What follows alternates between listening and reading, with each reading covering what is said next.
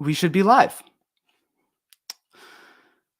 Hello, everybody, and welcome to the Zen and the Art of Motorcycle Maintenance 50th Anniversary Online Chautauqua. Sorry, I had myself on. I was hearing myself, so I just had to delete that and take a second to regain my composure.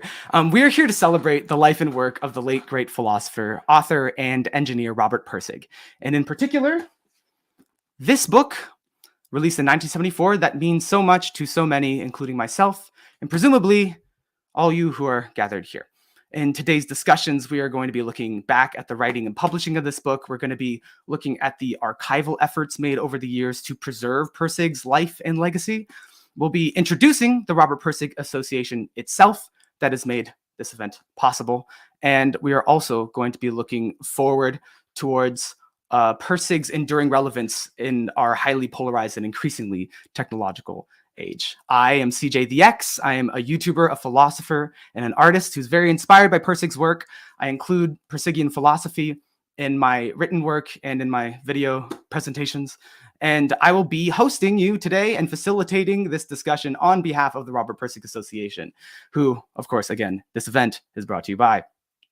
We're going to be hearing from a bunch of different speakers today. We're going to be hearing from Robert Pirsig's wife and widow, Wendy Pirsig, an archivist who has made tremendous contributions to the Pirsig collections, and the curator of On Quality, an Inquiry into Excellence, a compilation of correspondences and speeches and excerpts from Pirsig's book, was released in 2022, 5 years after Robert Pirsig's passing.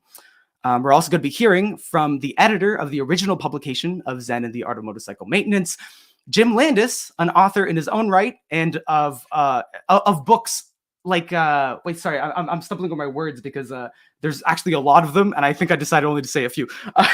Jim Landis is a giant of a man, an author in his own right of books like the New York Times bestseller Longing and Cars on Mars, a book of poems for children. He is the former editor-in-chief of William Morrow and Company.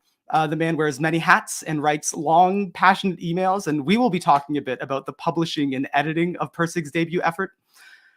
But first, before all that, we're going to be hearing from the co-chairs of the Robert Pirsig Association, Ian Glendinning and David Matos, who will be explaining who we are, the RPA, that is, what we've been doing, and how this event that you are currently experiencing is possible.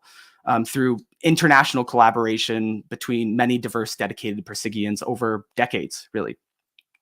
Before we get into all that, I would like to open with a brief reading from the very book that we are celebrating today. And this is the final paragraph before part 2 of the book kicks in. Quality. You know what it is, yet you don't know what it is. But that's self-contradictory. But some things are better than others. That is, they have more quality. But when you try to say what the quality is apart from the things that have it, it all goes poof. There's nothing to talk about.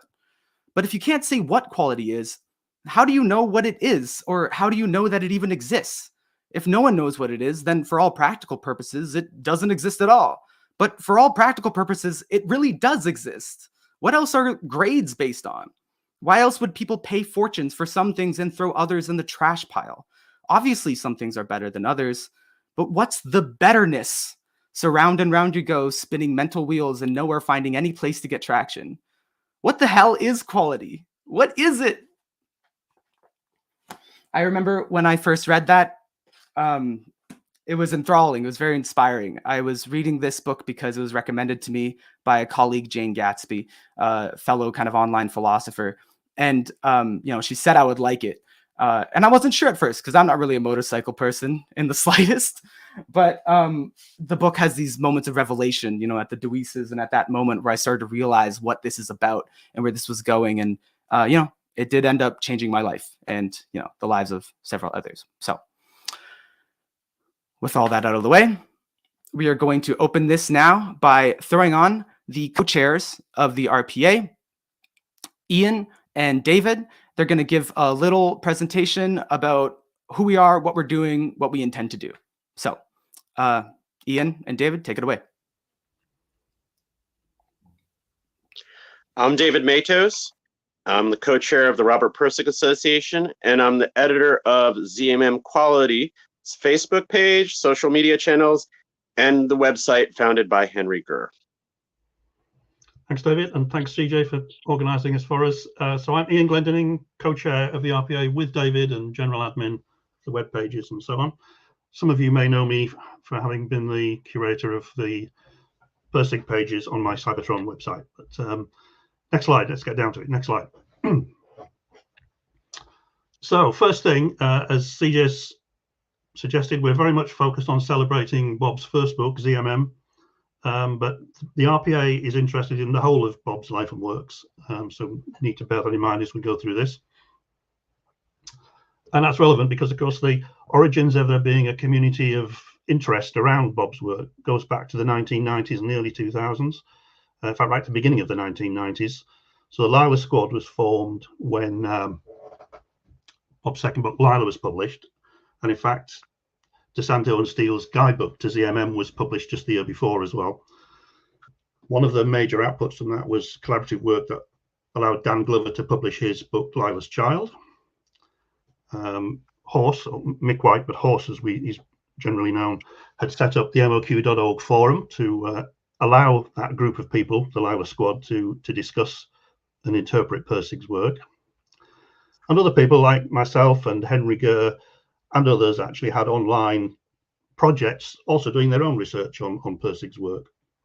And one of those, of course, was Anthony McWatt's robertpirsig.org, which he set up to support his work around his PhD and the follow-up from the Liverpool conference in 2005. And there are more. There were people already doing things together online back in those days. The ones I've mentioned really because they're ones that benefited from Bob's input. He was very generous with his time if you wrote to him, and we all benefited from Bob's input in those days. So there's quite an active online community going back that far,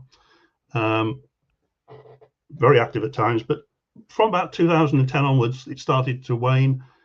Like a lot of things on the web, they became fragmented. People using different channels, different emails, different channels for communication. It got a bit fragmented. Some domains just became inactive. Some actually were lost completely. People defaulted on, domain name payments and things like that. So quite a lot of websites disappeared in that period.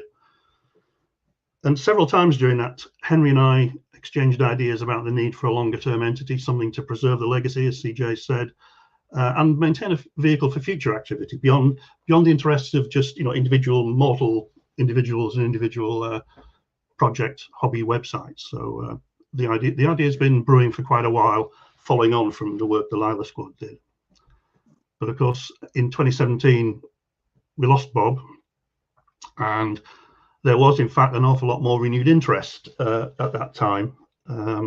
People sending email inquiries and searching for lost web pages and all sorts of things. So things started happening. So David Matos actually had already created the ZM Quality Facebook page by then. So David, why don't you pick up the story from there, and we'll... Sure thing.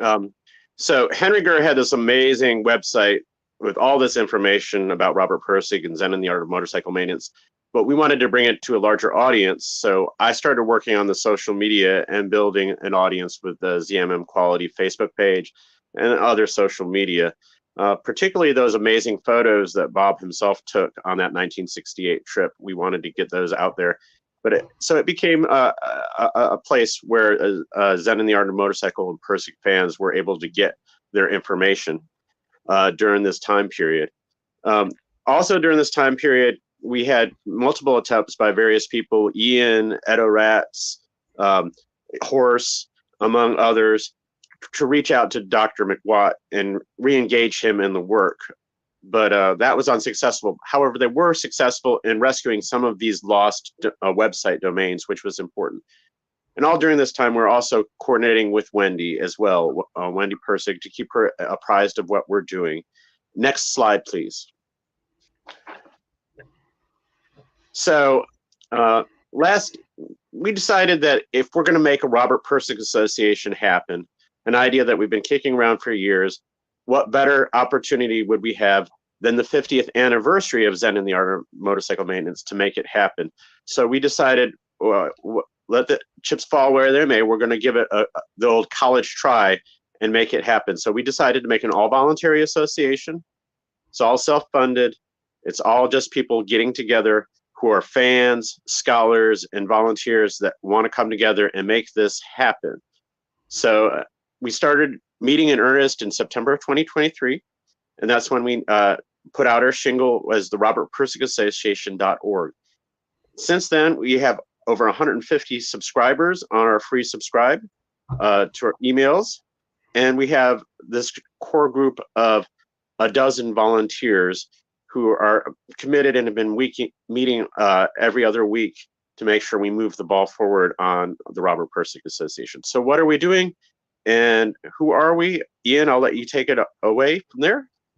Yeah, so we'll do that in the order there. So we'll go around what we're doing first. So next slide, please. Yeah, so as we've said, we're ensuring that we're going to keep this community focused on a broad front of interest in Bob's work. Clearly, Bob himself and his books are the origins of all of our interest. So that's where it starts. Down the left-hand side, not the least set of interest is all the biographical stuff, whether it's bikes and boats, people and places, journeys and events. We all actually come to different interests in this.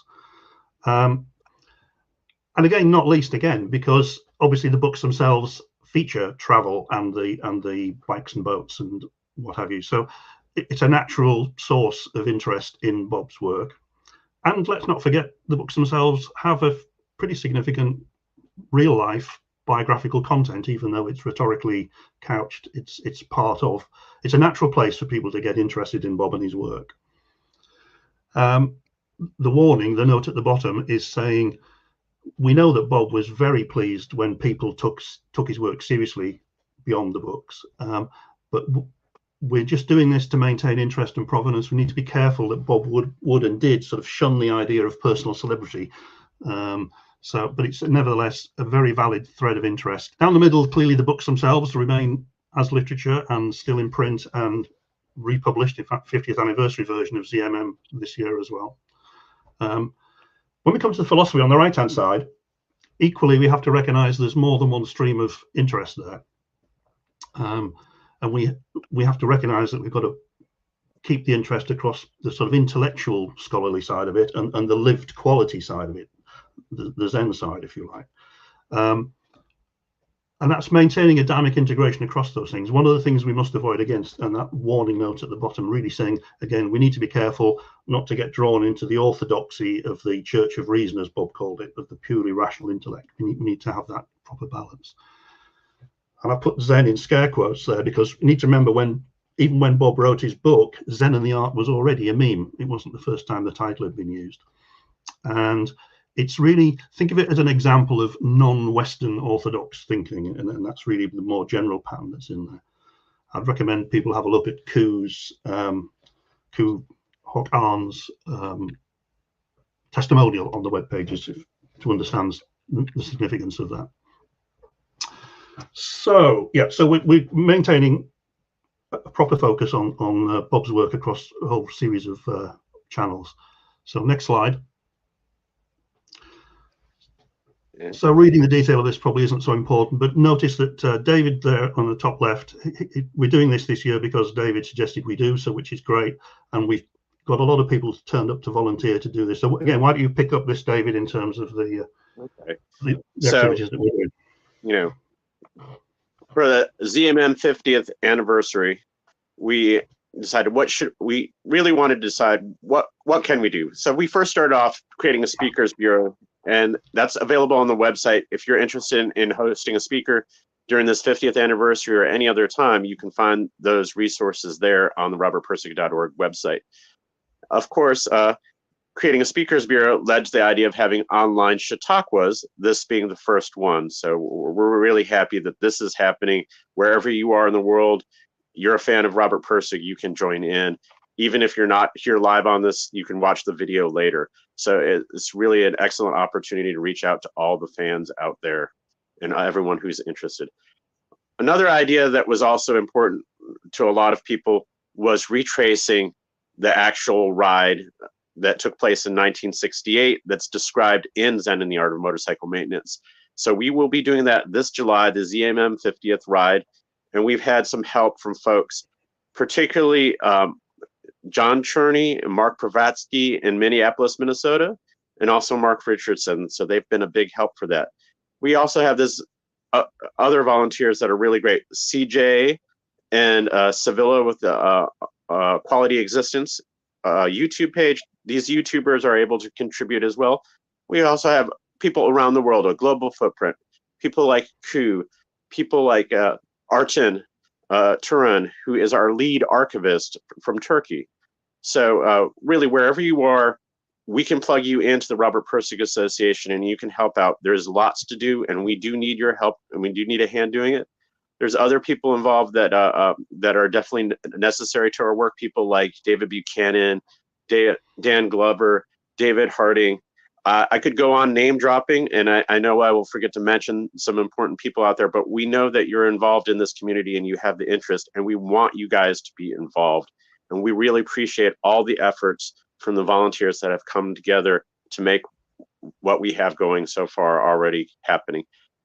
In order for the Robert Pirsig Association to be a success, we need your help. And you can get involved just by going to our Robert Pirsig Association website and signing up to be on that subscriber list, or to learn more about the ZMM 50th events, or to participate in that ride in July. So really big kudos to everybody who has chipped in to make Robert Pirsig Association happen. And we invite y'all to participate. Thank you. Ian? Yeah, just final couple of comments then on that. So yeah, we've got a bit of a tiger by the tail here. A lot of people interested in doing things this year, and that's really been the focus, has been this anniversary year. It does mean the website is a bit flat, it's a bit simple. It was knocked together in sort of half a day.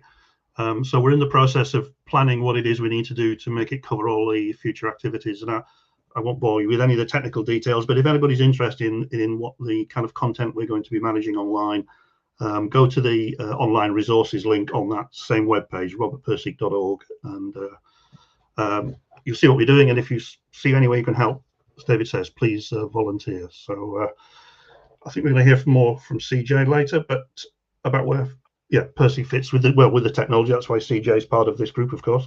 And that's all then from David and I. Thanks for listening, and on to the main event. Back to you, CJ. Thank you very much, Ian and David, for that. I'm going to say, like, as a person that was digging backwards into Pirsig's legacy and, you know, the history of MOQ.org and stuff like that, meeting you was kind of like meeting like a celebrity for me. You know, I was like, oh, the person that runs the Facebook page, the only active social, and you run Cybertron, Ian, really, Cybertron. That's the best timeline that Pirsig there is. So thank you so much for your work over the years, and thank you to everyone, you know, Lila Squad, Horse, and Beyond Backwards that have maintained these forums and stuff like that. So thank you very much. Okay, moving on. We have a couple speakers that we are going to be able to engage in discussion now. The first of which, of course, is Robert Pirsig's surviving wife, Wendy Pirsig, who has done fantastic work over the recent years, preserving the archives of Pirsig's, you know, life, correspondence, his works. Like I said, published, curated this newest edition of Persigian literature, and she is here with us now. Let's bring her on screen and let's have a little conversation. Why don't you? And everyone, honestly, in the chat, like, say thank you to Wendy for showing up, because this should be lovely, and I do appreciate it. Hello, Wendy. How are you? Fine, thanks, CJ. Thanks for the introduction. Of course, it is lovely to meet you. We really appreciate everything that you've done. We appreciate your time. We appreciate your energy here. I have a few questions for you, if you do not mind. And the first one is one that I actually haven't really seen asked of you. And actually, before I get into that, let me just say to the chat quickly, if we have time, we'll see. If we have time, I might take some of the questions from the chat and post them to, you know, either Wendy or Jim. So if you have good questions, throw them in. I'll keep an eye out. She can't see, but I can see, and that's the point, you know. So I'm just putting that out there. But on to my questions, which are, of course, the more important ones. Wendy, I've seen you in various interviews, and you've done some appearances to promote On Quality and to talk about your late husband. And you've often ended up speaking on behalf of Robert and his ideas. I was hoping that we could actually start by learning a bit about you. So what does your life look like outside of the wonderful work that you've done curating and preserving Robert's memory? I'm aware that you do archival work beyond just, talking about Robert. That's right. I did some work with a small town museum in Maine where we lived, a historical museum, and that is sort of where I got my start in archives, unintentionally. There was work that needed to be done, and I dove in and did it. And Bob actually helped with that. This was going back to the days of our first personal computers, or maybe our second ones, where we were looking to get these archive papers organized in the museum. And he suggested, I don't know if any Apple fans are here who remember HyperCard.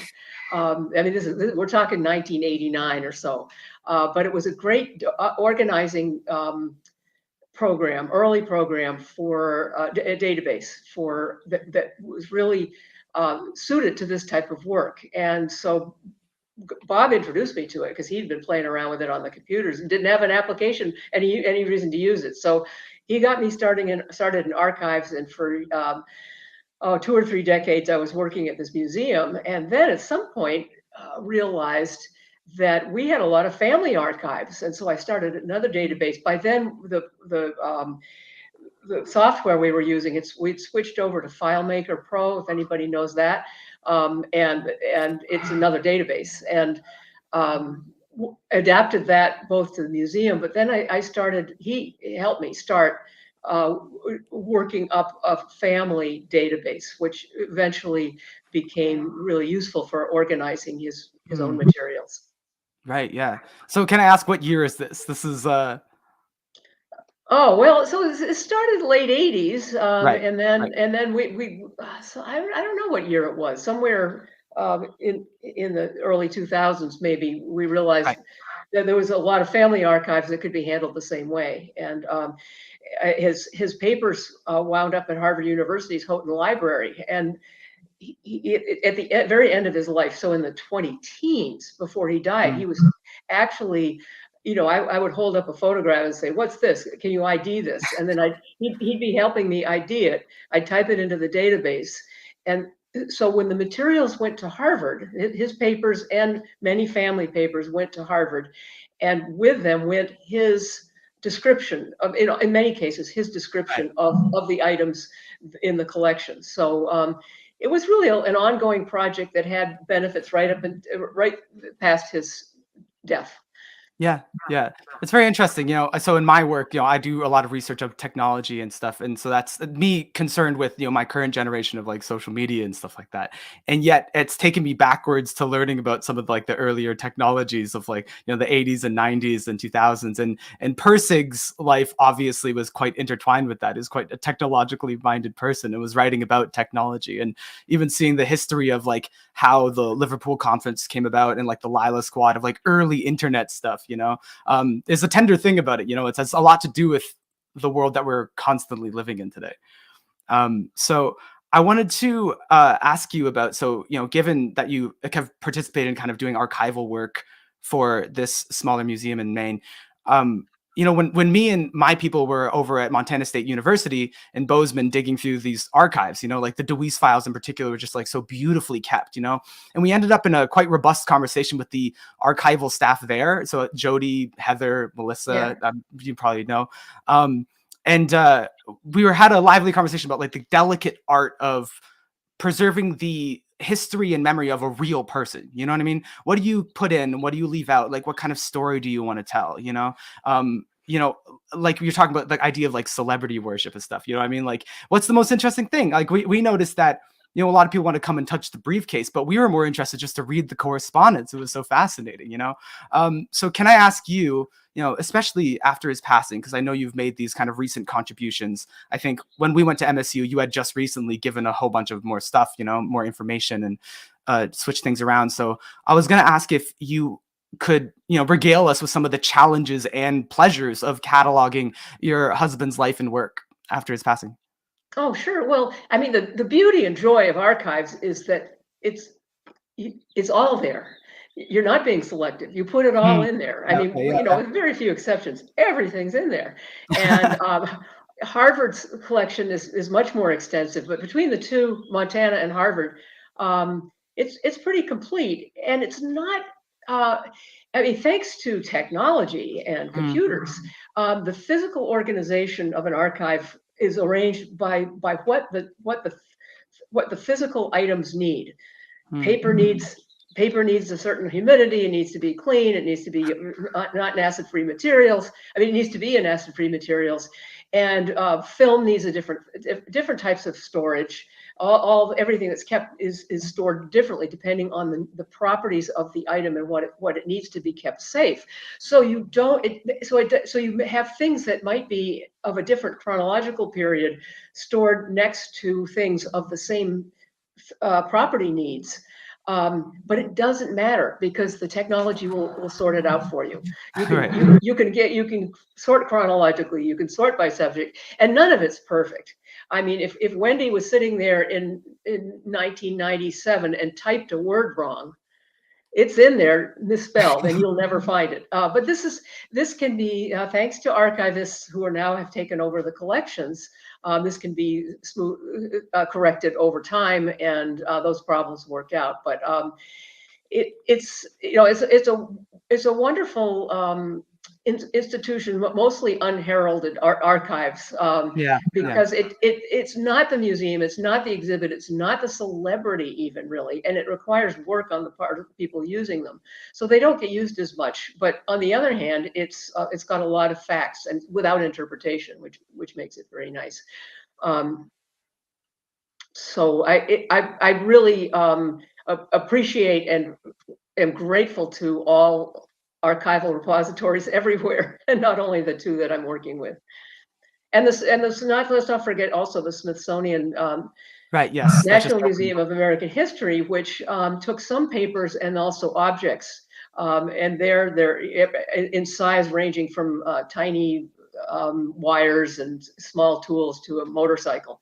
All of those have different storage needs and storage requirements, but the institution itself can identify and put their hands on things very, very readily.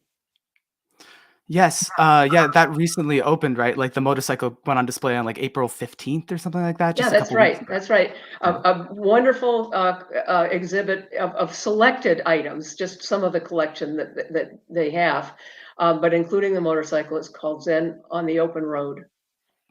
Yeah. Were you able to go to that opening? Oh, yes. And the Robert Pirsig Association was there. I understand a number of members were there too. Yes, Seville King, right? It's a very nice exhibit. Well worth. It's a small exhibit, but very, very good to see if you're in Washington D.C. and you're a Pirsig follower. Right. I thought about going, but I ended up not. I was doing. It'll be there for years. It'll be there for years. Yeah. Okay, yeah. So moving on to some of like the ideas embedded within Pirsig's work, I wanted to ask you. So you mentioned in your 2022 interview with The Spectator promoting on quality that you had been tinkering with some of Robert's writings even while he was still with us, kind of thinking, well, there might be a way to put this together that's like maybe you take the narrative out or distill the ideas or, try to give these another breath of life, as time wears on. I was wondering, having lived so close to them and being like thinking about these ideas, you met Robert, of course, like after these books were published, I believe, well, at least after Zen, of course. And I was wondering if being near this philosophy, has it affected the way that you perceive the world? Do you think about these ideas? Is this kind of permeated into your understanding of existence? I know you're a practitioner of Zen meditation also. And I know that for myself and probably many of the people here, the ideas of quality have really colored, how we experience our lives and how we pursue quality in the world. Having the words for it helps. So I was wondering, how do you feel about this philosophy? Is it inside your heart? Oh, yes. Yeah, hands down. I mean, I'm not even going to elaborate. I just took it on. I just took it on, and it's there, and it's inseparable. Really, my understanding of it is really inseparable from the way it's explained in the two books. Mm. In addition to the writing, I also wanted to mention before he died, we realized that one of the archives that we had was a plastic box, talking about nostalgic of the old media. A plastic box. It was an old videotape, not VHS. It was a video of a talk that he had given 50 years ago this spring, right after ZMM came out. Right. In Minneapolis, and he had never seen it. He had never once screened this 1 hour talk, and I never did. But after he died, I got it digitized, and it's now available on YouTube. And I think there's Yeah. a link to it on the RPA site.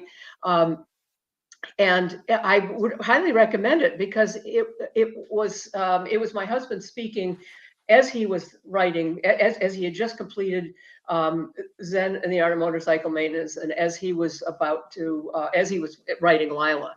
And so if you want to, on the 50th anniversary, see him and see what he was like, hardly anyone has seen this because it was in a box for almost 50 years, yeah. But it's available now. So I encourage you to take a look at it. He tells a story of how the book came to be written, the first book came to be written, and also his understanding of quality he elaborates on much better than I can. Yes, I was so thrilled when I saw that pop up online. I was so surprised and thrilled because there's so little footage really of Robert speaking online. That was really exciting. You know, right. It was there's no footage of him as a middle-aged person. There's some in his when he was almost 80 years old, but this is how he was when he was a writer. Yeah. Yeah, Ellen, who's moderating the chat, is one of the colleagues, friends of mine that I went to MSU with. I'm sure they'll throw the link in there, but the Minneapolis 1974 talk, yeah, it's very good. Must watch for people who are fans. Thank you. Especially,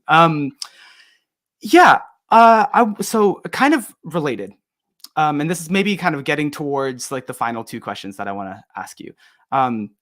So in that same Spectator interview, you mentioned this in that Spectator interview, and also it's evident in some of Robert's personal correspondences that he may have maintained a little bit of frustration towards the end that the formal metaphysics of quality did not catch on in academia or wasn't sufficiently interrogated, wasn't taken seriously enough by people that he was hoping it would be taken seriously by. You know, some of the concepts in Lila sometimes seem to fly over people's heads a little more than, you know, the really I want to say like heart touching. That's the weird thing. It's heartwarming is the wrong word, but like the emotional story of the motorcycle ride, you know, alongside Chris.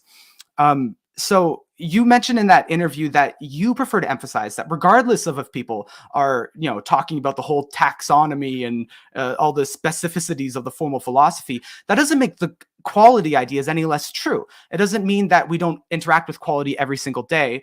And so I wanted to ask you what you believe maybe the synthesis would be, like, to me maybe, and to maybe the people that are watching, of like, what do you want people to carry around in their minds and hearts as the core of Pirsig's work that can make our lives and the lives of those around us in the world a kind of better place? Your introduction to this show. CJ, you nailed it when you opened this show. You did it. I don't remember what I said. I blacked out. So, so all right. That wasn't, maybe that's not fair, but everybody go back and listen to what he said at the opening. I mean, and also the quote that you chose. I mean, quality is not. I'm not a philosopher, and I'm not a scholar. Those in academia know that there are certain intellectual benchmarks that they have to hit with their writing. And all of you who are interested in the metaphysics of quality, nobody has really done that in philosophy, in formal philosophy, yet. And I think that's for the future, for maybe people listening today or people going into philosophy or interested in philosophy, to explore how that field can work with these ideas. But the difficulty, the challenge is that it's not an intellectual quality is not something that beyond the intellectual level can be put into words, and that's the difficulty. That's the difficulty. And yet we're working with it all the time. We're working with it all the time. I can't say more than that. It's pretty wonderful. So as a final component, I wanted to read one thing from the book that you helped get published that I hadn't seen before. So when I did read this, I had already been to MSU, so I actually had seen physically some of the letters that are featured throughout this. And like you are wont to say, it's not a bunch of brand new stuff. Some of it's excerpts from the previous two books. You're just you describe it as an invitation to kind of re-engage with these ideas. But this one is a clip from a 1994 interview at the University of Oslo. And I just want to read the short paragraph quick. The term, this is in Pirsig's words, of course, sorry. The term love is primarily a subjective term, something that exists inside of ourselves. Quality, on the other hand, has primarily been used in connection with objects that are outside of ourselves. An object has quality, but we have love. The metaphysics of quality transcends the subject-object dualism. Whatever we love has quality, and whatever has quality, we love. They always go together. If you should seriously use the term love in science, you would say that hydrogen and oxygen combine because they love each other. The metaphysics of quality is really a metaphysics of love. I found this so touching.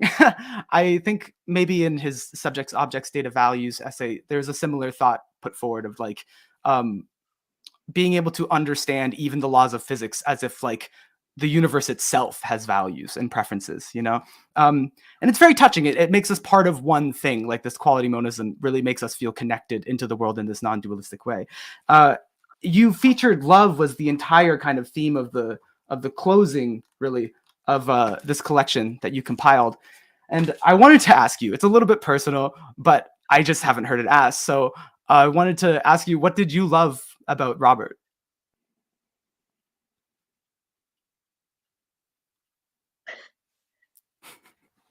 Quality. Yeah. It's very beautiful, Wendy.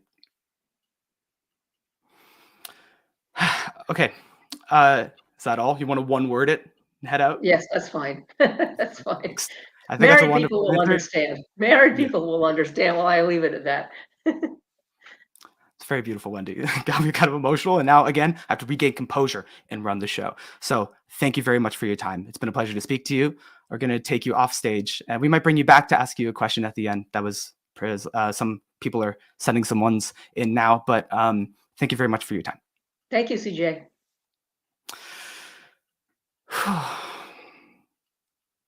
Okay. So next up, we're going to be talking to Jim Landis, the editor for the original publication of Zen and the Art of Motorcycle Maintenance, and an author. And before we do that, though, we're going to be talking about kind of how the book came together and the origins of it back in the 70s. But right before we do that, we're going to hear a little bit from Robert Pirsig himself. We're going to play this clip from a BBC radio interview in 2007.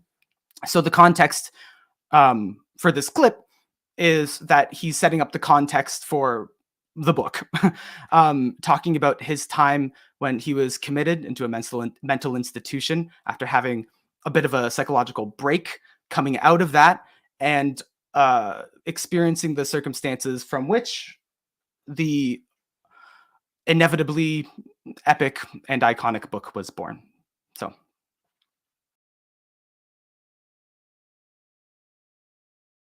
I wanted to go back to flying, which I'd learned, but they grounded me for life because of the mental illness.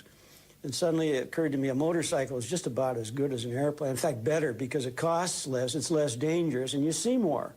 So I went into that, and then met my old friend who I hadn't seen in years, John Sutherland. We went riding together. And he said, and he was recalling a book called Zen and the Art of Archery. At the time he was talking about, his engine was running and black smoke was coming out. And I thought to myself, he doesn't need a book on Zen and the Art of Archery. He needs a book on Zen and the Art of Motorcycle Maintenance. And the title just captivated me. And at that time, all I ever had was a title. It's very strange to hear an author starting a book with the title.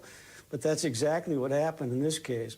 So I thought I would write a little article, kind of a whimsical, tongue-in-cheek article about Zen and the Art of Motorcycle Maintenance and how attitude is important in what you do. And as it grew, it became a 3 or 4 page article. And then I began to see that the subject of quality fit into it very strongly. Quality was the essence of motorcycle maintenance, so I started to expand on that. Then as the summer came on, John and I and Sylvia had planned a trip west, and we went all the way as described in the book, and then from there down into south along California 1 until we got to Los Angeles. And there I visited an old friend of mine in Hollywood, and at his house overlooking a Grauman's Chinese Theater in Hollywood came the idea to incorporate this essay into a narrative about the trip we'd just taken. See, Hollywood is a place where they get ideas. And it's something very ironic that this book should have originated in Hollywood. He has such a way of speaking, huh? So now we're going to hear from Jim to hear a different side of that story that we just heard. So Jim, why don't you come on with me? And now, Jim has said in email correspondence that he has the ability to just yak away until I tell him to shut up. So I'm going to try to keep you guided and give you little prompts here. And my first one is, of course, just tell us about when you first encountered the manuscript of this book and how you felt about it. Well, there was no manuscript for a very long time.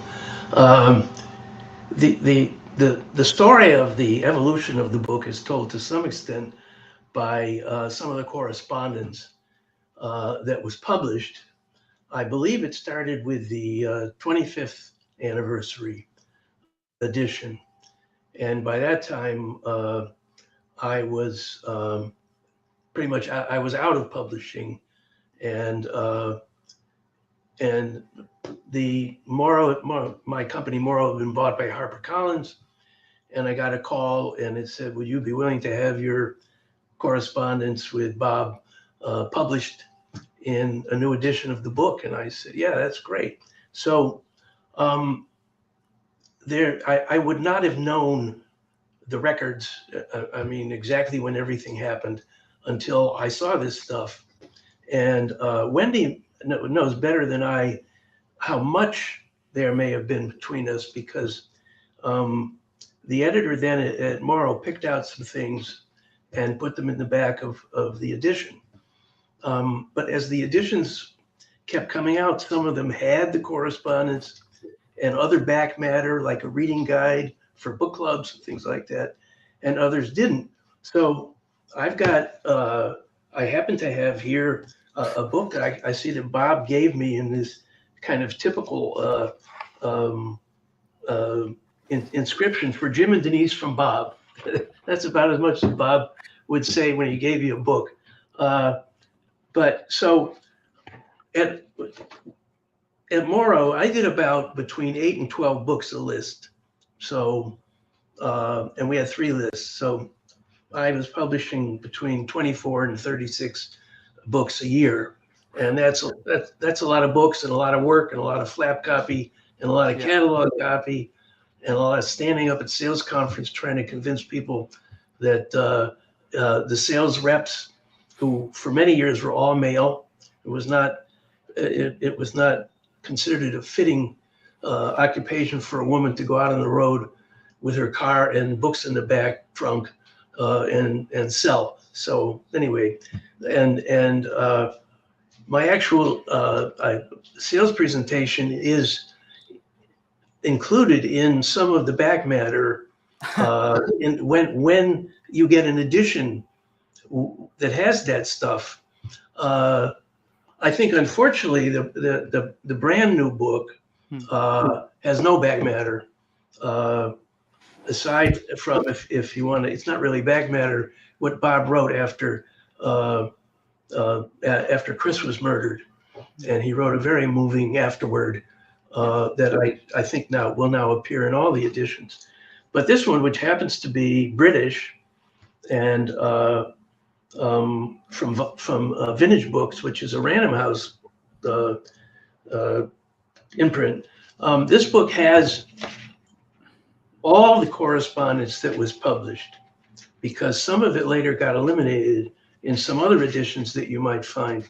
I would urge people to try to find the books that have the correspondence in it, as well as all the other stuff, asking questions about the book, because it's more fascinating. Anyway, what happened was on June 6th of 1968, when I was 25 years old, Bob wrote a letter to my boss, my most beloved boss, a man named John Willie.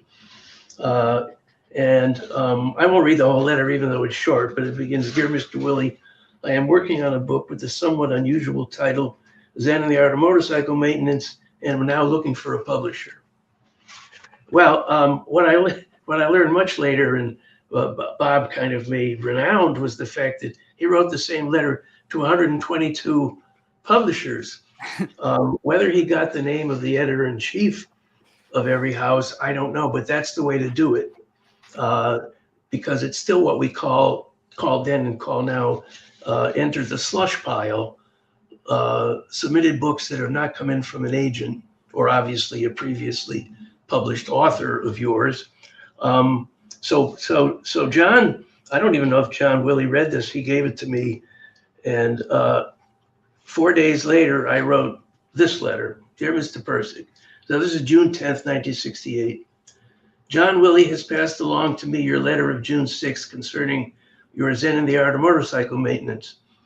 The book sounds fascinating, and we would be pleased to consider it either complete or as much of it as you now have ready. You may direct it to my attention. Yours sincerely, James Landis, editor." Well, I don't think any of the book was complete at that time.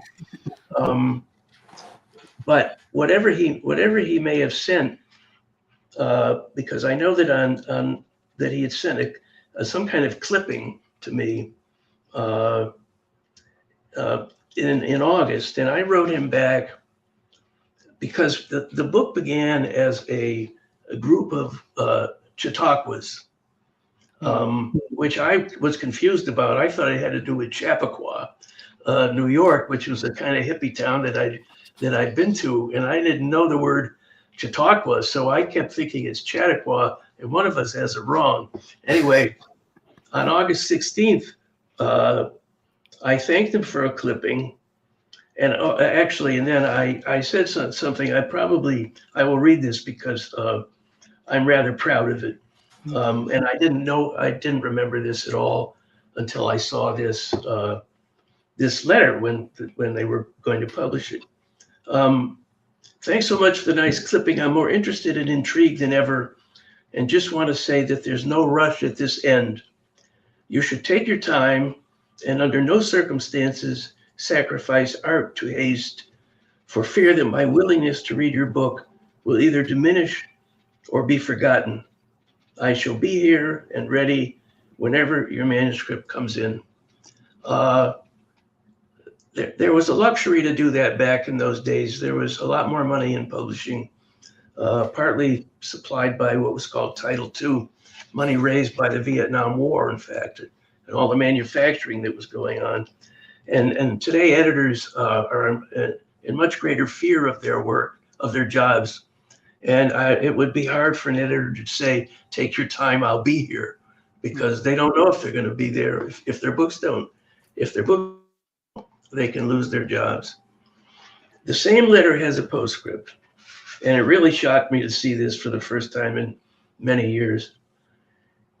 "If you can work your trip with your son into your book, it might be nice, but that is up to you." Wow. And that made me realize that when Bob first approached 122 of us, he was proposing a book of philosophy. There was no trip, there was no travelogue, there was no Chris. It was just going to be a book of Chautauquas. And so I said, "Why don't you do the trip?" But I said, you can see I did it in the postscript and kind of shyly, thinking he might say, "What, you're an idiot. You know, I'm not going to do that kind of book." And it turned out that he did. So that was only 2 months after we started corresponding. We corresponded for over 4 years. without my seeing very much of what he did. I know from the correspondence that he must have sent me something because he was very nice and he praised my editing, but I don't remember what it was that I was editing because it's, now it's 45 years ago, or actually 50 years ago, because we're still talking about the 60s. And he thanked me for encouraging him to continue the book. That was 2 years later in 1970. And then my guess is that he finished. I think he finished or I think I got the manuscript in 1972, which would then have been 4 years later. And I know that I think we put it under contract, and for the first time, I learned rather shockingly that, and as Bob has written somewhere else, maybe in some of the back matter that is in this edition, Bob let me know after 4 years of corresponding back and forth, and he said, I finished my book and I'm sending it to the 5 other publishers who have asked for it. And I thought, wait a minute. After all the grace you extended, what the hell? I had no idea, nor had I had any idea at that point, the famous figure in publishing, 122 rejections. Of course, there were not 122 rejections. There were 122 people approached on June 6th of 19. 4 years later, apparently there were 6 of us left. But when I asked Wendy if there was any correspondence with any other publishers, and I know 2 of them, I believe Michael Korda at Simon & Schuster and Sonny Mehta, who was not at that point, I don't think at Knopf, but 2 very, very famous, brilliant editors. I think they were among the ones who got to see it.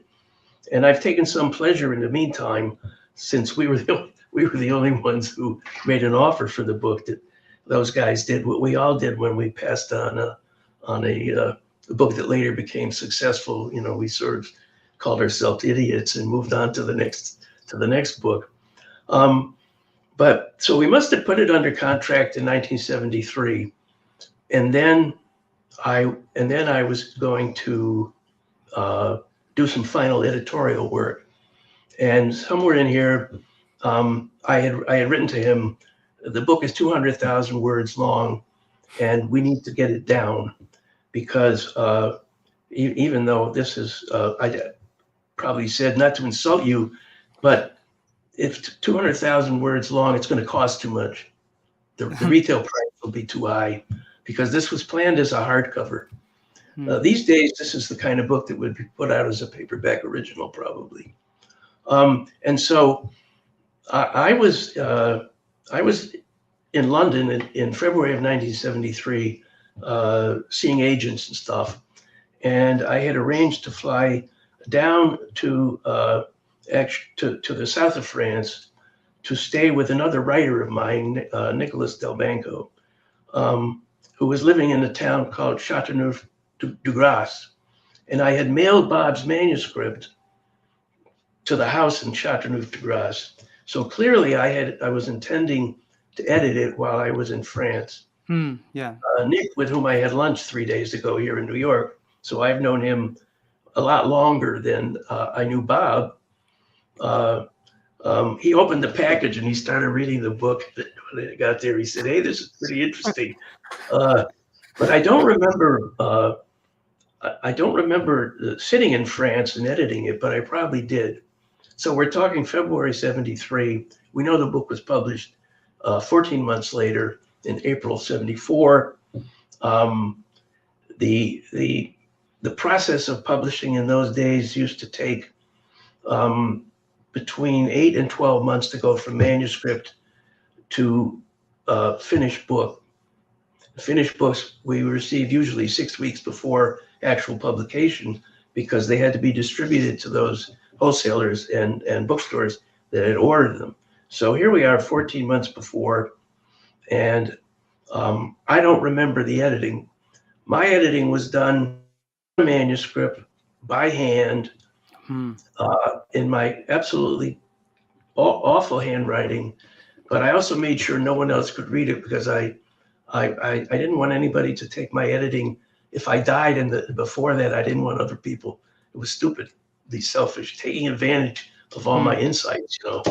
But Bob is one of the only writers where we did this by mail. Usually I would have the manuscript and I would go to the writer's house and we would sit for a week or more and we would go through the manuscript page by page with my marks. Many of my marks, as I learned to do, most of my marks were telling the author, this is good. This is good.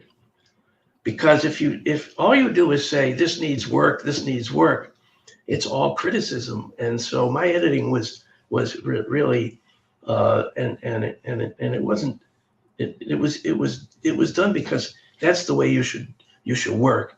If in any profession, praise people before you take them down, because then they'll want to come back up with you. But otherwise, if it's all bad, it doesn't really work very well. But with Bob, somehow we did this by mail. I don't remember. I don't know if there are papers at Harvard that have anything to do with this. And over the years, I thought that he did all the work, but apparently he said, and others have since said, "Oh, Jim, you did so much work on this book," but I don't remember it. I think Bob took it in hand and cut it back more than I had to do it. But I guess I did. Yes, Jim, if you don't mind me interjecting just very briefly, it's just here Wendy is messaging me on the side here and saying that, first of all, the entire collection of Pirsig Landis correspondence from 68 to 74 is in the Pirsig archives at Houghton Library at Harvard University. So it is in Boston, and included amongst them is the marked manuscript that you marked up. That's in the archive right now. I haven't been there, so I haven't yet seen that. I didn't know about that. I knew about a lot of your letters, but I didn't know about this part. But I'm just telling you that Wendy knows that now. Yeah, I think Wendy had told me that actually. So I haven't been there either. But so we went on a publication, and I finally met Bob when his then wife Nancy knew that I was flying back to New York from the West Coast, and she said, "Why don't you stop in Minneapolis, St. Paul, and I'll pick you up at the airport, and I'll take you home, and we'll surprise Bob with you." So this is now 5.5 years after Bob and I had begun a relationship, an epistolary relationship. So Nancy picked me up and took me to the house, and we walked in. I remember there was a foyer and then a living room, and there was a stairway. And she called up. She said, "Bob, there's someone here to see you." And by that time, and I don't know if this was after the book was actually published. It may have been before, but clearly in the wind was this success that was coming. And I think that Bob was already sort of in hiding from fans. He was not the sort of person really who took pleasure in being admired by strangers unless they were philosophers who liked his work. So he came down the stairs, and I had a red beard and big curly hair, and I looked just like the kind of hippies that he never liked at all. He never liked hippies. And he looked at me and like, "Nancy, what the hell have you done? Who is this guy?" And she said, "Bob, this is Jim Landis." And he descended the last few stairs, and he walked toward me, and he opened his arms up, and he gave me a hug I can feel to this day. It was, I don't think he said anything immediately.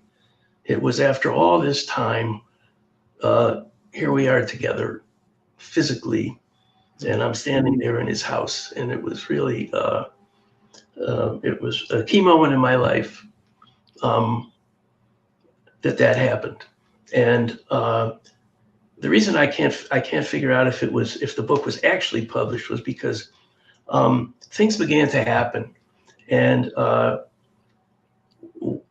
we got blurbs, which is something actually you can also read about in the correspondence from people I sent it to. George Steiner in particular, whose work I admired enormously in his day. He was that was a big name. George Steiner's great book, Language and Silence.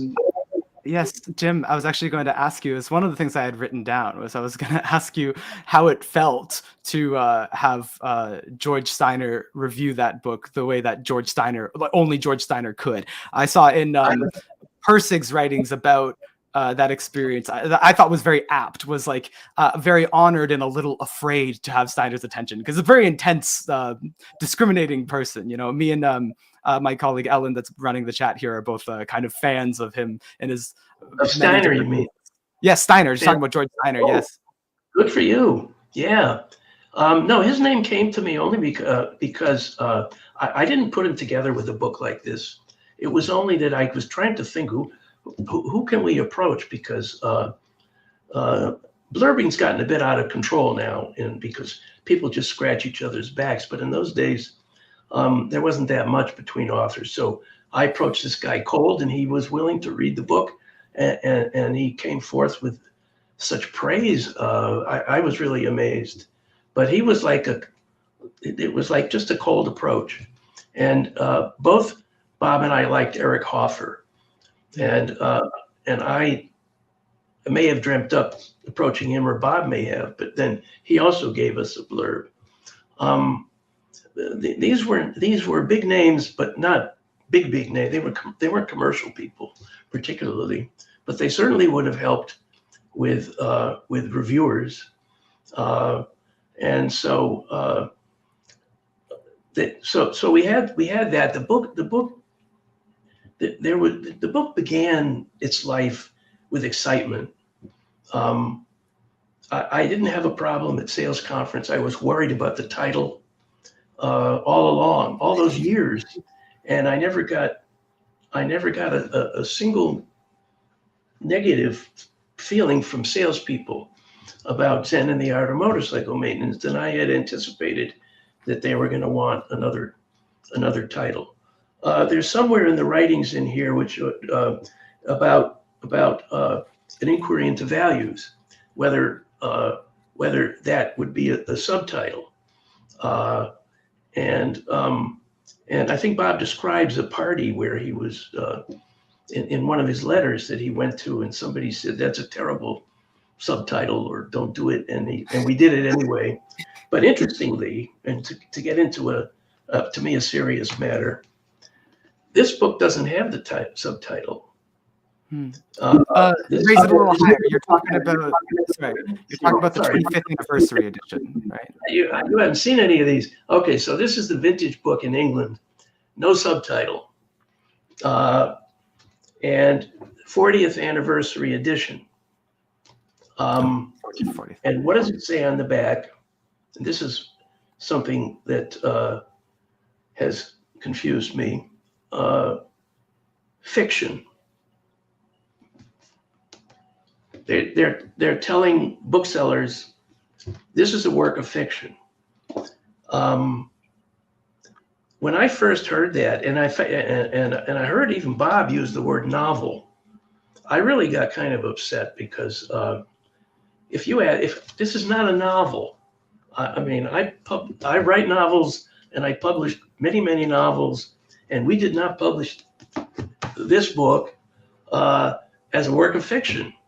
And indeed, on the back of this latest American edition coming out from Mariner, which is an imprint now of HarperCollins, its category is philosophy / Zen.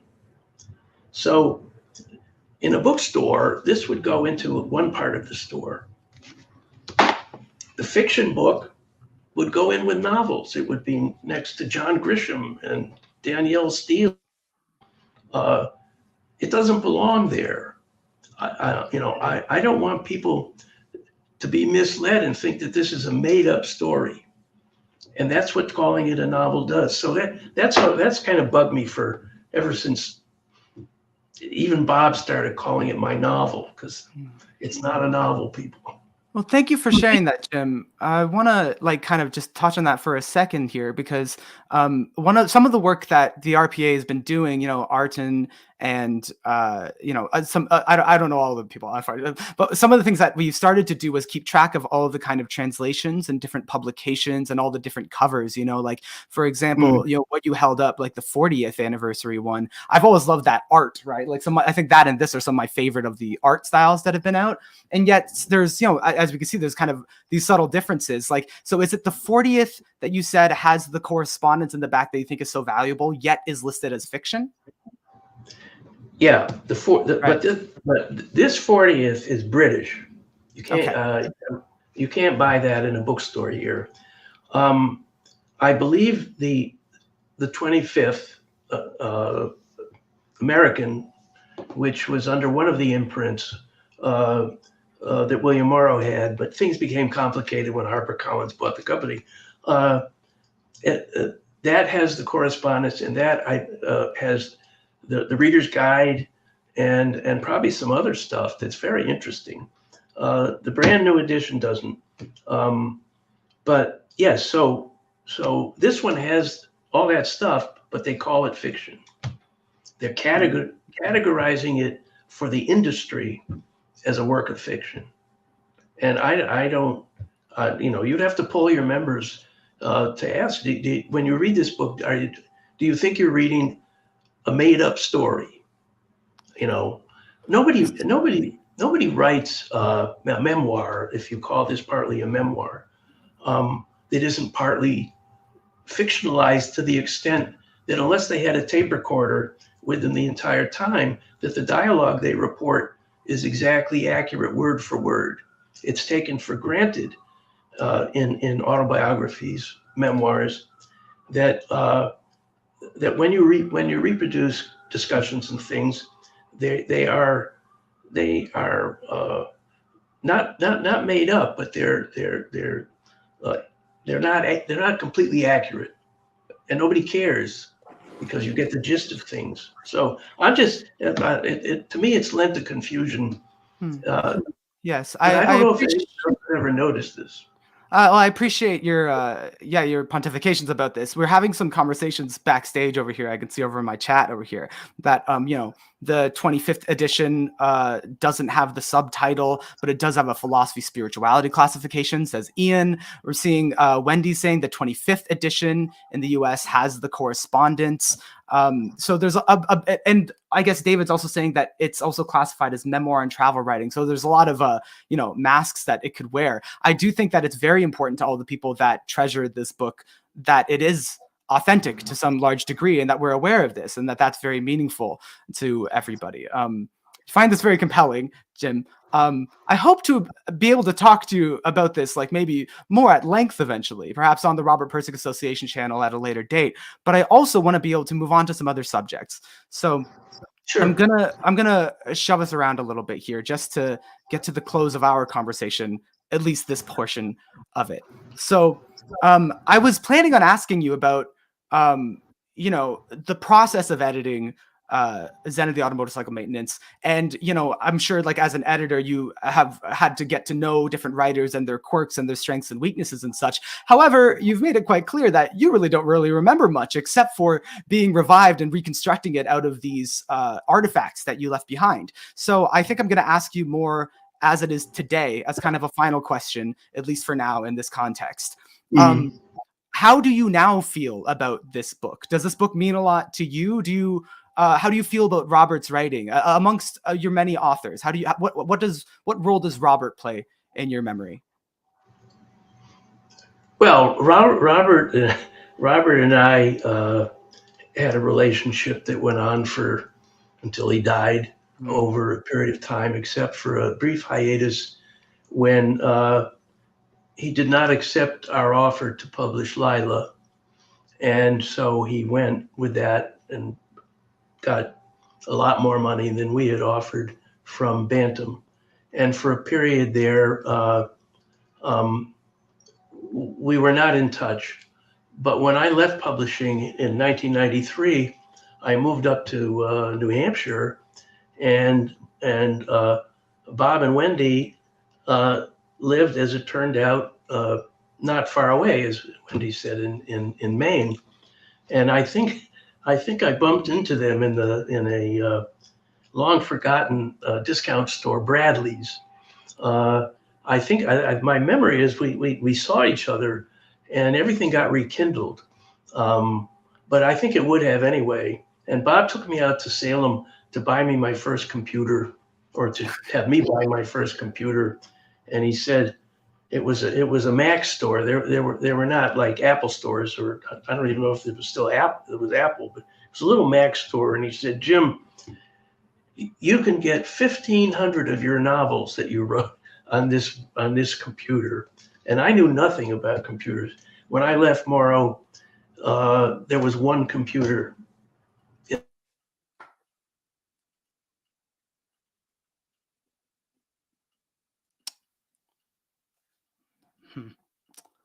I'm not sure people are seeing what I'm seeing. I'm We had a sorry, little glitch there. I typed on a typewriter that looked like this, a manual typewriter, and I did all my work on that, and I tended to write my long letters on that. So he would have many. I'm sure many of the letters are at Harvard are from my big Royal typewriter. That when I left my job, I took it. So. From the workplace, you took it with you. Pardon? From the workplace, you took your typewriter with you. Yeah. Well, I've been typing for 22 years. But nobody wanted it. Everyone else was Selectrics. My assistants all had Selectrics, and I was also a very good dictator. I could dictate. I learned after 2 years of refusing to use a dictation machine, I started. And then I could write 5- and 6-page letters with every. I put in every piece of punctuation, semicolons. I would say paragraph, and it'd be a new paragraph, and so I wrote many letters like that. But when I typed long letters, I edited a wonderful writer named Harry Cruz, and I wrote him a 26-page letter about one of his books. He was a great character and a great Southern writer, and his answer to my 26-page letter was, Jim, that's really interesting, but I think I'm going to keep the book the way it is. so that's pretty good. That's pretty good. That letter is in the University of Georgia somewhere where his papers are. So my big long letter. So I'm sorry. Did I answer your question? I'm going to close it with kind of the final question, which is, do you have any final kind of words to say about Robert's memory, Robert's character, your relationship together? I think I want to kind of focus on Robert, like who he is and who we are remembering, and the author. I remember. I'm sorry, I didn't answer that completely. He remained a friend. Our families are very close. One of his children and one of mine used to take baths together in Maine. We slept there at their house. We took walks in the woods. We were very close, and our families were very close. And then my wife's sister and her husband became very close, and we became a group of 6 people, basically, who would meet. They would come for Thanksgiving. We would have 25 people for Thanksgiving, and Wendy and Bob would come, and we really, we lived nearby, and Wendy would know a lot more about this than I, but my impression was that Bob loved his solitude. Bob spent a lot of time thinking in the daytime. I think in the evenings they liked to watch movies together, but he was as much a part of my life as any other writer. And because I was a writer and an editor, and so Alas. It comes back though, so we know that. I had an appreciation for the solitude.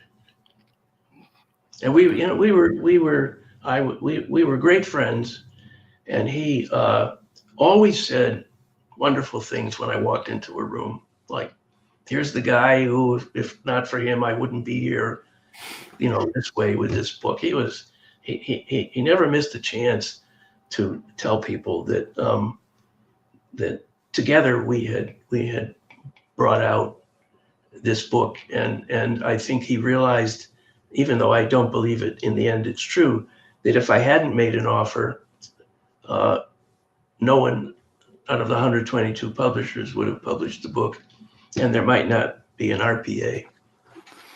Truly, and the entire plot line with Chris and the motorcycle at this point, we realize, may not have really been in there. So, hey, Jim, really appreciate your time. We appreciate your contribution to this legacy, and we appreciate your heart and all the work you've done over your career, and your fantastic oratory and email flourishes. Well, I appreciate your keeping him alive and pushing him, because now we're in the next half a century, and it's remarkable how the book has survived, but it needs to keep going, and you're helping a lot. Thank you, Jim. Okay, well, yes, thank you very much. Now I'm gonna make myself full screen here, and I'm now going to just say a little bit on my behalf here. I want to tell you who I am, who the person is that's been kind of hosting this, and what my plans are with Pirsig's work, and yeah, and hopefully it is in the spirit of the RPA and of my community, and of what me and my people that I work with and that I've read this with kind of feel is obviously in the spirit of what Pirsig was looking for, yearning for a lot of the time with his work on quality. So I am CJ of the CJ the X YouTube channel that I started in 2021. I'm just an artist that likes philosophy a lot and has always felt with some urgency that I want people to connect, more deeply with art, more deeply with their lives. I believe that essentially art is something that is not siphoned off in a museum, but is something that we are constantly interacting with. To use the Pirsigian terms, it'd be that there are like patterns of quality flowing around us all of the time. And that's a really real thing, not just a subjective phenomena. So, I've always had a kind of knack for philosophy. And since I started talking on YouTube about art, I've had people listening to me. I thought that I should probably do my reading and do my studies so that the people that are listening to the things that I say can trust that what I'm saying has some weight to it. If I have the honor of having this as a career, I should take the profession seriously and start to research and fortify my arguments and make sure I'm offering really tangible, valuable things to the people that intuitively resonate with what I say. Let's say I have the romantic quality already flowing around me and I want to fortify it through some actual traditional classical, intellectual tradition. So I started reading, but I really have never, despite, being lauded as having a philosophical talent, I've never found a philosophical basis that I was enthralled by and inspired by and wanted to base my work out of until, that close collaborator of mine recommended me Zen and the Art of Motorcycle Maintenance, said, you should read this. You're going to like this. This person was a little more well-read than me. They're more intellectual than me. And they saw that I had this talent, but lack of grounding. And they thought that I would like it. And I wasn't sure that I would for a while while I was reading it, because I was like, what's going on here, right? I'm not a motorcycle person in the slightest. I am not a technical person really in the slightest. And I did not really understand how important this book was going to be to me until, there's this moment in the story at the Deweese's house when the narrator, when Phaedrus is describing that he is thinking about these ideas, trying to figure out how to write them into a book. And I had this kind of self-realization art moment with this object that I'm reading the product of this, pseudo fictional autobiographical character's ruminations. Like, the book that I am reading is the book that this person is thinking out. And I found that to be very beautiful. And then towards the end of part 2, where it kind of climaxes to that quote on quality that I opened this show with, I started to realize that this was going to be a rather profound experience. And it ended up being that, Pirsig's philosophy of quality, the non-dualism of it, and the reality and supremacy of quality was exactly what I had been looking for and needing to kind of start my philosophical journey and to start to make the points that I have been trying to make, just in kind of intuitive, sporadic form. So since I've read Zen and the Art of Motorcycle Maintenance, I have been on a 2 or so year autodidactic extreme philosophy reading journey. I've been on a self-study that has been really rich. And I've also taken my audience along with me. I have this book club on my Patreon page that is a very thriving, robust book club. People tune in every week and they just post these massive essays of their reflections on whatever text that we are reading. And the very first 2 books that we did were Zen and the Art of Motorcycle Maintenance and Lila, because I found these texts so rich and I realized that this was going to be important to me. I wanted to experience them alongside my community. I wanted to promote these books to a younger audience, which comprises a lot of my audience, to see how we feel about them now, digging through the old chat logs and forums of moq.org and stuff like that. There's that discussion then, but I wanted to see how people would feel about it now. I do see in the chat, Annie, some of my book club participants are here that have read this book, and the way my book club works is people have the opportunity to go back to previous books that we've covered. So there's a kind of micro Pirsig pilgrimage that occurs like every month or so in my community, where people go back and read Zen and the Art of Motorcycle Maintenance, aware that if they're into, the CJ, the X philosophical work that's happening, a lot of it grounds out in this book. I recommend it to people all the time, artists and engineers and people that I know, because there's something spiritually valuable about, of course, what the book argues, but also the way that the story artfully causes you to really feel, and not only intellectually understand, but feel the idea of quality that Robert Pirsig was sparring with throughout his lifetime. In terms of its continued relevance into the future, my whole genre of YouTube content is these highly prepared, researched kind of comedic performances where I educate people on some subject that have gotten, more formal and more researched as time has gone on. And I've had the luxury of Patreon support where I can take as long as I want to try to make like truly high quality presentations that can really help people. So of course, I'm working on a video about the life and work of Robert Pirsig. Of course, I filmed it when I went to Montana State University with my friends, and we went through those letters. Of course, I'm going to go to Harvard to peruse those archives as well. It's a very important project to me because I believe that Pirsig's ideas of quality are relevant today more than ever. I do not think that they've aged out of relevancy in the slightest. The number one problem I've experienced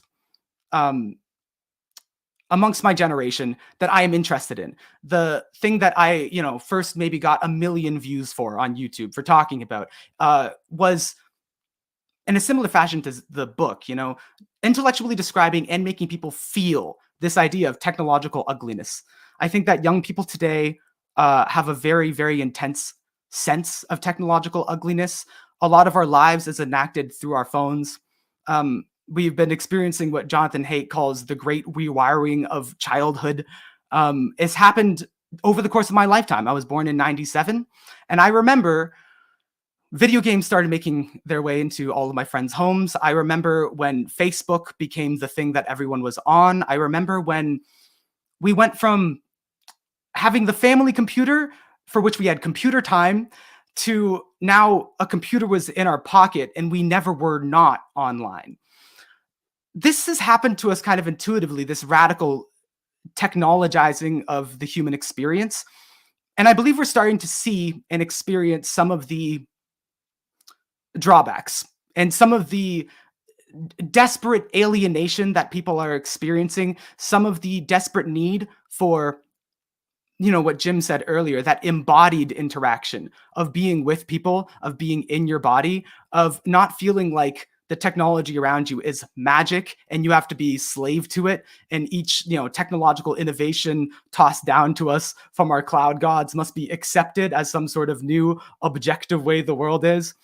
I believe that we really require connection to our technology, connection to each other, and the words to describe this kind of alienation. I do believe that the subject-object split is something that makes it more difficult to wrangle these problems. If we can, languish about, like, go on Twitter and be like, wow, the world is so terrible and everybody is so angry, because we perceive Twitter to be this objective scientific engineering thing, as opposed to our flimsy little subjective preferences about what could be.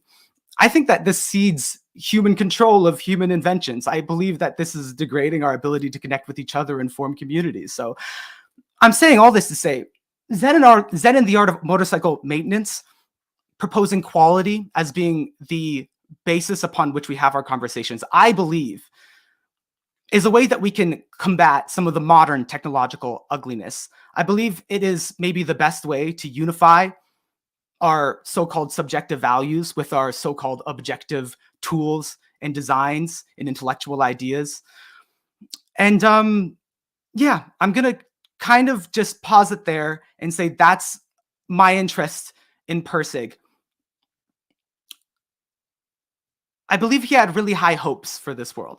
I believe he had the right words in many cases to talk about the problems that we struggle with in this world. That we're not trying to fight to find out who's objectively correct.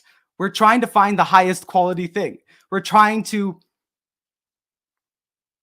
create quality in the world, in our communities, in our personal lives, in society at large, as Lila starts to dig into. The quality of different systems can be compared to each other, and that truly is the basis upon which to have those debates. And I think it's something that is missing from modern discourse as fueled by the technological ugliness that we swim inside of. So that is where my interest of Pirsig lies, as well as honoring his memory, as he states constantly in correspondence that his dream is that the ideas of quality, the philosophical ideas, are not only lived but taken seriously intellectually, and that he's not treated as if the Messiah that, went up the mountain and brought down the sacred commandments, that we will now worship him and idolize him, but that we will continue the work that he started, and to continue to talk about quality as if it is a real thing, and to continue to use quality as the basis of our pursuits and making meaningful lives and meaningful connections and meaningful systems. So that's my spiel. That's my desire for interacting with Pirsig's work and honoring his memory. And yeah, that's all. That is me. So with that kind of uncomfortable, stumbling, emotional close, I want to close this out with maybe bringing Wendy back on, if you're okay with this, Wendy. I would like to have the last word with you, as someone that's obviously kind of the closest to Robert and his work. Is there anything you'd like to say just to close out this event? Anything you'd like us to kind of leave with, or anything that you want said before this is over? Sure. I would like to reiterate how sure I am that he would have been really pleased with today's program presentation, the interest it represents, all the work and care that's gone into preparing it. It would have been very gratifying to him to know simply that the books were being read 50 years on, but also that discussions can go forward and continue to go forward. So thank you. It's also been a pleasure to see people's faces, David, Ian, whom I've never seen in motion before, and of course Jim. So I think this has been a fine program, and I want to leave you with my gratitude for it. Fantastic. Thank you so much, Wendy. It's heartwarming to hear. go ahead and take Wendy off stage. And now, everybody, we are coming to the end of our 90 minutes, and I want to thank you for attending. I want to encourage you to go to robertpirsig.org and check out what's up over there and subscribe to the newsletter or make the account, and subscribe to this YouTube channel, also the Robert Pirsig Association official YouTube channel, because I and people like Sevilla King, who runs the Quality Existence YouTube channel, are interested in making more content like this about this, maybe featuring longer conversations with the people that have been involved in the RPA and that have helped keep this legacy alive for all these years, other people that are interested in these ideas. My interest is partially in building a kind of centralized space here over on this channel where we can gather up all the little micro pockets of people that are still talking about Pirsig, because they exist, but they're scattered about. So subscribe to this YouTube channel. Go check out robertpirsig.org. If you haven't read Zen and the Art of Motorcycle Maintenance, I highly encourage you to do so. And stay tuned for more discussion and more community building around this. Yes, there's going to be also updates on the robertpirsig.org about any further 50th anniversary events, or of course, especially about the 50th anniversary ride along that's going to be occurring. All that information is on robertpirsig.org. So yeah, that is all. Thank you everyone for attending. We really appreciate your eyes and your hearts. And I encourage you to seek, teach, embody quality today and for the rest of your lives to the best of your ability. That's all. Have a good one, everybody.